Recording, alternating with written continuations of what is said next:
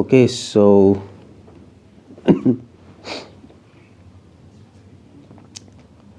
हरिम उद्दिश्यते रजो भरा पुरतः संगम्यति अमम तमः.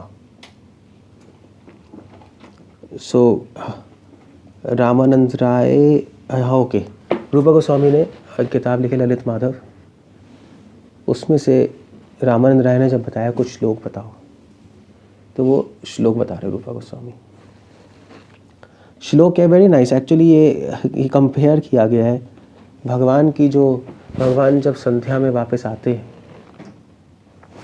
अपने फ्रेंड्स के साथ, गायों के साथ शाम को, तो उसको वो कंपेयर कर रहे हैं.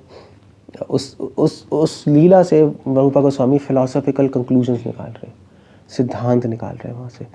और of course I mean to say भगवान जब वन से वापस आके आते हैं तो उस पर तो कई आचार्यों ने सॉन्ग्स गाए हैं, सूरदास जी ने वल्लभ संप्रदाय में, और उसको एक्सप्लेन कर रहे हैं कि एग्जैक्टली जो अनाड़ी देखेगा वो तो देखेगा कृष्णा आ रहे हैं, बस गाय आ रही है, मगर जो खिलाड़ी है, जो कि तत्व को जानता है, वो जब देखेगा तो क्लियरली समझ आ जाएगा एक्चुअली कृष्ण इन लीलाओं से कुछ हमें सिखाना चाहते हैं, कुछ हमें इंस्ट्रक्शन देना चाहते हैं. आनंद भी दे रहे हैं अपने भक्तों को, बट देयर इज इंस्ट्रक्शन. सो क्या इंस्ट्रक्शन है? हरिम उद्दिश्यते रजो भरा पुरटा संगम्यते अमूम तमः. तो कह रहे हैं जब कृष्ण वापस आते हैं तो सबसे पहले दूर से सिर्फ धूल दिखाई देती है, क्योंकि इतने सारी गायें आ रही हैं, कृष्ण आ रहे हैं, कुछ भी दिखाई नहीं देता. जब गोपियाँ, यशोदा माँ, कृष्णा जब दूर से देख रहे हैं, बाबा दूर से देख रहे थे, तो सिर्फ धूल दिखाई देती है और उनको समझ आ जाता है कि इस धूल के पीछे कौन है? कृष्ण है. उनको समझ आ जाता है, दे कैन अंडरस्टैंड दैट. पुरतः संगम्यति अमूम तमः. और तो वो कह रहे हैं ओके गुड. संगम्यति मतलब मिलना. कृष्ण वापस आ रहे हैं मिलने के लिए ब्रजवासियों से, मगर उनको क्या दिखाई दे रहा है? अगर दूर से देखो तो तमहा दिखाई देता है, अंधेरा, धूल ही धूल, अंधेरा ही अंधेरा. सो रूपा गोस्वामी कह रहे हैं उससे एक मैसेज है, व्रज वाम दृशम न पधतई. वो कह रहे हैं देखो भाई, गोपियां दूर से देखती हैं तो एक्चुअली सबसे पहले उनको धूल नहीं दिखाई देती. सबसे पहले क्या दिखाई देता है? सबसे पहले धूल नहीं दिखाई देती. सबसे पहले क्या होता है?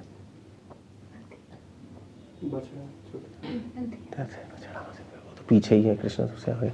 सबसे पहले उनको वेणु सुनाई देती है, सबसे पहले कुछ दिखाई नहीं देता. बहुत दूर से बांसुरी दिखाई देती, कुछ भी नहीं दिखाई देता. और फिर दूर से दिखाई देता धूल आ रही है, तो उनको समझ आता है इसके पीछे कौन है? कृष्ण है. तब समझ आता है इनके पीछे कृष्ण है. ऐसे तो कोई और भी आ सकता है नहीं, उसमें क्या, उसी टाइम पे कितने सारे लोग चराने जाते थे, इतना बड़ा व्रज है. सो क्या कह रहे हैं? प्रकट सर्वदृश श्रुतेरपि. तो कह रहे हैं इसी प्रकार जो वेद को जानने वाले हैं, जब वो भगवान को समझने की कोशिश करते हैं तो उनको केवल अंधेरा और धूल दिखाई देती है, उसके पीछे छुपे हुए कृष्ण. उनको कृष्ण नहीं दिखाई देते. उनको जैसे हमें धूल दिखाई देती है, धूल के पीछे कृष्ण है, उसी प्रकार उनको सिर्फ धूल दिखाई देती है. कहने का मतलब है कि जो वेद पढ़ने वाले हैं उनको सिर्फ ब्रह्म का अनुभव होता है, ब्रह्मेति परमात्मेति, उस निराकार ब्रह्म का. मगर उस निराकार के अंदर ज्योति अभ्यंतरम श्याम सुंदरम कृष्ण है, उनको पता नहीं लगता, दर्शन नहीं होता, they can't see. So that's the whole point there. वो इस रूपा गोस्वामी ने इस तरीके से कंपेयर किया है. मगर जो भक्त है, भक्त भी देख रहे, गोपियां भी देख रही हैं उस धूल को, मगर वो समझती है इस धूल के पीछे कौन है? कृष्ण. बस ये ब्रह्मेति परमात्मेति भगवानिति शब्द थे. डेवोटी को भी ब्रह्मन अनुभव होता है, मगर उनको पता है इसके पीछे कृष्ण है. ये एक अंडरस्टैंडिंग रूपा गोस्वामी ने लिखी है इस पास टाइम की. बट उसके बाद और संप्रदायों में भी इस पास टाइम की अंडरस्टैंडिंग है. अंडरस्टैंडिंग क्या है कि जो धूल किसको रिप्रेजेंट कर रही है? दूर से धूल आ रही, धूल किसको रिप्रेजेंट कर रही है? कृष्ण दिखाई नहीं दे रहे.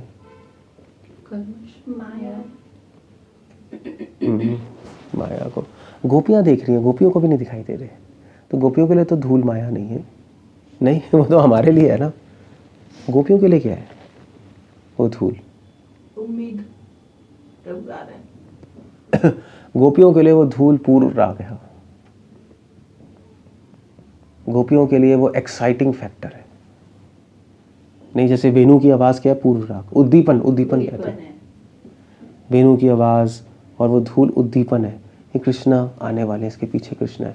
बहुत डिफरेंस है ये, और इसीलिए हम समझ सकते हैं। और नॉन डिवोटी देखेगा उसके लिए धूल है, भगवान दिखाई नहीं दे रहे। या वेद पढ़ने वाले उनके लिए धूल है। तो इसका मतलब क्या हुआ है? इसका मतलब यह क्या हुआ कि जो डिवोटीज हैं उनके लिए माया उद्दीपन बन जाती है, जो नॉन डिवोटी उनके लिए माया ऑब्स्ट्रक्शन है। डिवोटी के लिए माया कृपा है, बस यही है, दैट्स ऑल। इसलिए माया के दो मतलब होते हैं। एक मतलब है माया का क्या है, जो नहीं है, माया मतलब इल्यूजन, ऑब्स्ट्रक्शन। एक मतलब है माया का कृपा। दो ही मतलब है डिक्शनरी, बिल्कुल उल्टे हैं नहीं। एक है कृपा नहीं है, एक है कृपा है, दोनों ही मतलब है माया के। और दोनों के दोनों को एक्सप्लेन आप इस पास टाइम से कर सकते हो, इस धूल के पास टाइम से। और फिर जब धूल हटती है धीरे धीरे, तो उसके पीछे कौन दिखाई देता है? उसके पीछे पहले बछड़े दिखाई देते हैं, छोटे छोटे। वो आगे चलते हैं, फिर कृष्णा, फिर गाय। सो क्या मतलब है कि जब कोई डिवोटी ध्यान से देखता है तो उसको क्या दिखाई देगा? उसको सबसे पहले बछड़े कौन है? बछड़े हैं डिवोटीज। तो भगवान के भक्तों के दर्शन होगा उसको। भगवान कभी अकेले नहीं होते, श्रील प्रभुपाद लिख रहे हैं, हमेशा अपने भक्तों के साथ होते हैं। और फिर उसके बाद कृष्ण भगवान के दर्शन होते हैं सबसे लास्ट में। बलराम जी के साथ, अपने सखाओं के साथ भगवान व्रज में आ रहे होते हैं। So that's the whole point there, कि ये जो पूरा पास टाइम है, ये जो धूल, जो भी क्लाउड्स का और जो धूल का जो भी पास टाइम है, रूपा गोस्वामी ने बहुत ब्यूटीफुली इसको कैप्चर किया हुआ है। प्रभुपाद इसके पॉपट में कोट कर रहे हैं 2.45 भगवद्गीता का श्लोक। कौन सा है? 45। त्रैगुण्य विषय वेदा निस्त्रैगुणम भवार्जुन। भगवान प्रभुपाद कोट कर रहे हैं, देखो भाई, वो धूल क्या है? वो धूल है वेदों में त्रैगुण्य विषय वेदा। हाँ, वेद पढ़ोगे तो वेद में आपको केवल स्वर्ग दिखाई देगा, मोक्ष दिखाई देगा, सिद्धियाँ दिखाई देंगी, वो त्रैगुण्य विषय वेद है। बट भगवान कह रहे हैं निस्त्रैगुण भावर्जुना। भगवान कह रहे हैं थोड़ा वेट करो, पढ़ते रहो वेद भक्तों के संग में। जब धूल हटने लगेगी तो कौन दिखाई देगा? कृष्णा। जब पढ़ते रहोगे भक्तों के संग में, तो वहीं आपको कौन दिखाई देगा? वहीं कृष्णा दिखाई देने लगेंगे, प्रेम दिखाई देने लगेगा। तो ऐसा नहीं कि वेदों में प्रेम नहीं है, मगर छुपा हुआ है, जैसे भगवान धूल से छुपे हुए हैं। बस इतनी सी बात है। क्योंकि आप कहो कि वेदों में प्रेम की चर्चा नहीं है, वो मैडनेस है। वेदेश सर्वेर वेदों में प्रेम की चर्चा नहीं है। वैसे तो ये भी कहते हैं वेदेषु दुर्लभम अदुर्लभम आत्मभक्तो। वो इसलिए नहीं कहते कि वेदों में भक्ति नहीं है, वो इसलिए कहते हैं कि वेदेषु दुर्लभम अदुर्लभम आत्मभक्तो। क्या मतलब है इसका? हाँ, वेद के लिए दुर्लभ है, भक्तों के लिए नहीं। हाँ, तो फिर भक्त बोला है ना। तो वेद अगर आप, तो ये नहीं कह रहे वेद में प्रेम नहीं है, वो कह रहे हैं वेद आप पढ़ोगे आपको मिलेगा नहीं वहां से। जब भक्तों के साथ वेद पढ़ोगे तो प्रेम मिल जाए। इसलिए आप मध्वा संप्रदाय में देखो, मध्वा संप्रदाय में वेद पढ़ते हैं, मनुष्य में सब में वेद पाठ तो सारी संप्रदाय में होता है। हमारी गौड़ीय वैष्णव संप्रदाय में हम वेदों का पाठ नहीं करते, क्योंकि हम समझते हैं कि वेदों का सार भागवतम है, तो ज़रूरत नहीं है। और वैसे भी सब लोग वेद का पाठ कर भी नहीं सकते, मगर सब जगह वेद का पाठ होता है। और वेदों में केवल मध्वाचार्य ने खुद लिखा आदि अंत्य च मध्य च सर्वत्र हरि। या काम खत्म हो गया, सब जगह हरि की चर्चा है। So that's the whole point there. तो इसलिए प्रभुपाद लिख रहे हैं यहाँ पर, प्रभुपाद ने छोटा सा पॉपट लिखा है नहीं है पर, लेकिन Vrindavan however although Krishna is covered by hazy darkness of dust, gopis can nevertheless understand that within the dust storm is Krishna. So Srila रूपा गोस्वामी ने श्लोक लिखा है उन ज्ञानियों के लिए जो कि वेदों का पाठ करते रहते हैं मगर कृष्ण को नहीं ढूंढ पाते, और उसमें निराकार को ढूंढ के और उसकी चर्चा करते हैं। उनको काटने के लिए श्लोक लिखा है और भगवान की लीला से एक्सप्लेन कर रहे हैं। That's the whole point there. अब मुझे बताओ, देखो सबसे पहले तो क्लाउड्स नहीं खाते थे, सबसे पहले क्या सुनाई देता है? वेणु। उसका मतलब क्या है? ये कह सकते हो सबसे पहले क्या सुनाई दिखा है, मगर यहाँ कुछ और सोचना पड़ेगा, क्योंकि वेणु गुरु को करती है।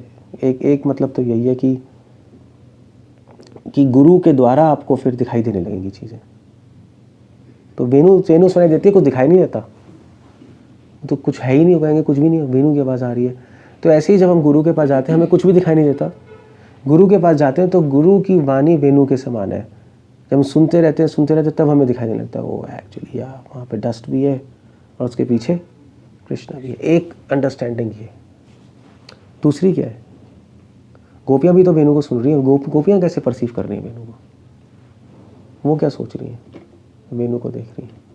भगवान को प्राप्त अथवा मिलने से पहले हमारे अंदर कन्फर्मेशन आता है कि अब भगवान मिलने वाले। मैंने वो बताया तो था अभी, उद्दीपन है। मैंने अभी तो बताया, वो तो भूल ही जाते हो।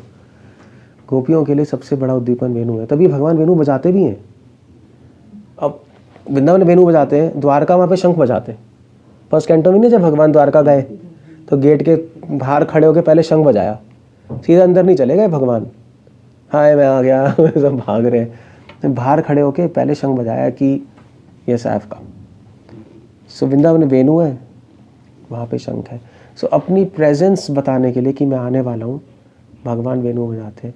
क्यों बजाते हैं? कि इससे डिवोटी की एक्साइटमेंट और बढ़ जाए, डिवोटी की भगवान की दर्शन लालसा बढ़ जाए। बस दर्शन लालसा। आफ्टर ऑल कृष्ण सारी लीलाएं डिवोटीज की दर्शन लालसा बढ़ाने के लिए कर रहे हैं और कुछ नहीं है। अल्टीमेटली दर्शन लालसा ही तो है। हम संसार को देखना चाहते हैं इसलिए हम वहाँ भाग रहे हैं, हम भगवान को देखना चाहेंगे तो वहाँ भागेंगे, और कुछ नहीं है। अल्टीमेटली यही है, और तो कुछ है ही नहीं। सो और इसी को बढ़ाने के लिए भगवान सारे वृंदावन के पास टाइम्स करते हैं। सो भगवान जब वृंदावन में गायों के साथ होते हैं और जब वापस आ रहे होते हैं तो दर्शन लालसा बहुत इंटेंस हो जाती है। गोपियों की, यशोदा माँ, नंद बाबा, नहीं सबकी सबकी जो लालसा है वो एक्सट्रीम हो जाती है। और फिर जब ब्रज में होते हैं तो जो जंगल के जो जितने प्राणी हैं उनकी दर्शन लालसा बढ़ जाती है, जंगल के पेड़, जंगल के प्राणी। सो भगवान इसलिए हर जगह साइमल्टेनियसली रहते भी नहीं वृंदावन में। ये भगवान तो हर सर्वंतर्यामी, आपका भगवान तो हर जगह रह सकते हैं मगर नहीं रहते वृंदावन में। क्यों नहीं रहते? क्योंकि जिससे लोगों की दर्शन लालसा बढ़ जाए। और संसार में क्यों हर जगह रहते? संसार में क्यों रहते? संसार में तो इसलिए रहते हैं ना कि दर्शन लालसा, कि दर्शन करने का कोई दर्शन की लालसा कुछ प्रकट तो हो जाए, बढ़ाने के लिए नहीं, प्रकट करने के लिए।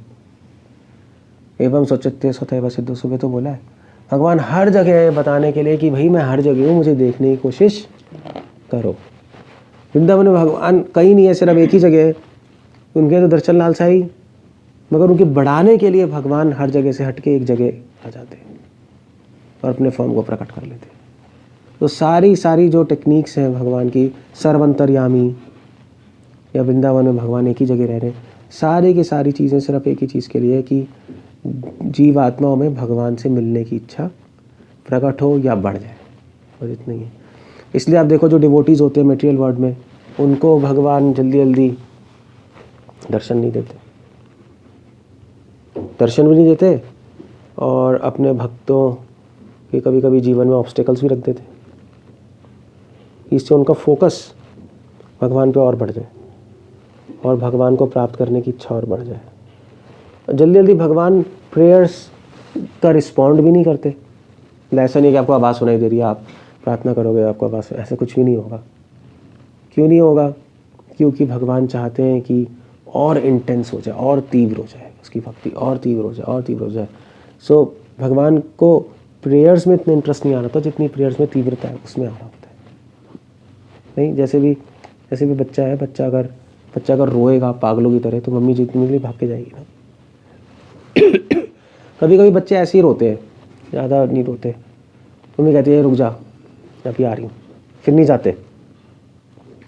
जब बहुत पागलों की तरह रो रहा है तब जाते। ऐसे ही है नहीं, तो यही है बस। तो भगवान तीव्रता देखते हैं, तीव्र ना भक्ति हो गई ना, दैट्स द पॉइंट। तो ये सारा पास्ट टाइम इसीलिए हो रहा है, पहले वेणु फिर क्लाउड से भगवान धीरे धीरे आएंगे। और फिर सूरदास जी तो ये भी लिख रहे हैं अपने भजन में कि रूपा गोस्वामी मेंशन कर रहे हैं कि जब भगवान आते हैं तो सबसे पहले तो भगवान के बाल दिखाई देते हैं, इस पर धूल होती है, धूल ही है सब जगह, नहीं भगवान के बाल में धूल होती है, भगवान की आँखों में, भगवान के फेस पे धूल होती है, भगवान के कपड़ों पे धूल होती है। सूरदास लिख रहे हैं कि ये रूपा गोस्वामी लिख रहे हैं तो किस चीज़ को सिग्निफाई करता है? सब जगह धूल है भगवान की बॉडी पे, किस चीज़ को सिग्निफाई कर रहा है? ये चीज़ को सिग्निफाई कर रहा है, कृष्ण बता रहे हैं कि मैं भी व्रज रज को अपने शरीर पे लगाता हूँ। व्रज रज इतनी महान है कि मैं भी व्रज रज को अपने ऊपर लगाता हूँ। वृंदावन की महिमा बताने के लिए भगवान अपने ऊपर धूल स्वीकार करते हैं। That's what Krishna is doing there. So ये इस तरह से पूरे पास टाइम से कुछ पूछना, कुछ कहना है? इंटरेस्टिंग है। लास्ट में जो तुमने बोला ब्रज की रच लगाने का, तो डिवोटीज को जो आज के में है किस तरह से लेना चाहिए इस रच को? लोग जाते हैं वृंदावन में रच को माथे पर ही सब लगाते हैं, लेकिन वैसे कुछ नहीं होता भाव का। वो तो चलो तो बात अलग है। नहीं, हम लोग भी लगाते हैं अपने, ऐसा नहीं हम उसमें लौटते रहते हैं, वो करते रहते हैं, हम लोग भी लगाते हैं इसी भाव से कि इस व्रज रच पे भगवान के चरण पड़े। और आई थिंक अगर कोई प्रमाण है कि कृष्ण थे, वो व्रजराज ही है। और अगर कृष्ण कांटेक्ट चाहिए तो ब्रजराज है, वो यमुना जी है, गोवर्धन है नहीं, जैसे आप जा रहे हो तो वो तो ब्रजरज, तो व्रज के हर रच पे भगवान के चरणों का स्पर्श हुआ, इसलिए ब्रजरज को महान माना जाता है। हम उससे डिवोटीज भी करते हैं, ऐसी बात नहीं है। अब बाकी लोग सेंटिमेंटली करें तो वो तो बात अलग है, मगर इसका मतलब नहीं है कि वो लोग सेंटिमेंटली कर रहे हैं तो व्रज की इंपॉर्टेंस कम हो गई, ऐसा कुछ नहीं है। हाँ, ये बात है कि सबके सामने लौट रहे हैं पागलों की तरह, वो नहीं करते हम लोग। सबके सामने लौट रहे हैं पागलों की तरह, दिखा रहे हैं कि हमारे में इतनी भक्ति है। थोड़ा सा आपको लौटना है, अलग से लौट लो, कोई नहीं देख रहा, और फिर साफ करके चले जाना। ये नहीं सब लिपट के चले गए, हाँ प्रभु जी क्या हुआ, मैं लौट के आया हूँ। मतलब that's not the point there. Otherwise सर पे थोड़ा सा लगा लो। जो ऐसे ही लगा लेते हैं, कुछ अभक्त होते हैं, कुछ नहीं पता, तो कुछ इम्पैक्ट होता है उससे?